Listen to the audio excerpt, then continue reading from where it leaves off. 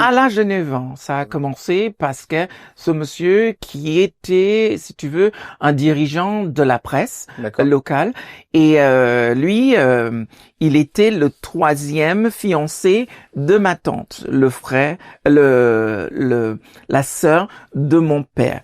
Et ce monsieur, il venait souvent à la maison et il demandait à ma grand-mère souvent si moi je peux partir avec lui parce qu'il voulait acheter des affaires pour sa femme. Et à un moment donné, sa femme, les sévices commencent là. Et à un moment, ma grand-mère, elle ne savait pas, même si je ne voulais pas, mais parce que j'ai été aussi le neveu favori de cette tante-là, quand elle est tombée enceinte de leur premier enfant, elle m'a demandé d'y aller vivre avec eux pour que je puisse l'aider. Et pendant ce moment-là, et pendant toute sa grossesse, en fait, je me suis fait par son mari pendant toute la grossesse. Alors lui, c'est pareil, vous l'avez revu, il est toujours vivant? Ce monsieur, il est toujours vivant. Et en 2002, je pense, je suis reparti à Sainte-Lucie pour le funérail d'une copine à moi que je grandis avec.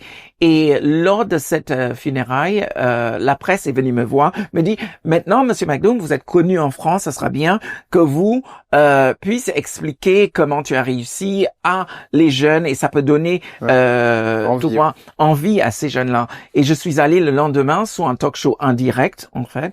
Et pendant que j'étais en train de faire cette émission en direct, le présentateur m'a présenté la même question. Pourquoi tu reviens pas à Sainte-Lucie travailler avec les jeunes? Et moi, je lui ai dit, moi, je ne me sens pas bien à Sainte-Lucie. Et lui, il m'a expliqué pourquoi. Et j'ai dit, j'étais...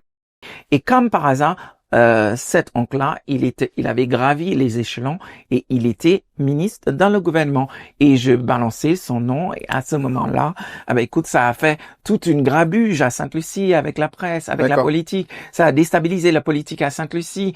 Et finalement, après quelques années, en fait, après 2 ans de va-et-vient entre moi et lui et la presse qui disait une chose, moi je disais une chose, à un moment donné, il y a un autre garçon qui a dit ce que Monsieur McDoom a dit. Moi, je l'ai subi aussi dans une émission de radio et à ce moment-là, mon oncle, il devait partir. Et là, écoute, je suis devenu personnalité de l'année parce que, en fait, j'ai été le MeToo avant le MeToo. En fait. D'accord, ok. Il est toujours en poste aujourd'hui? Il n'est pas en poste depuis je l'ai dénoncé. D'accord. Et il ne travaille plus. Il vit toujours avec ma tante, même s'il n'y a rien entre eux. Mais il vit que pour la société, il le paraît. Incroyable cette histoire.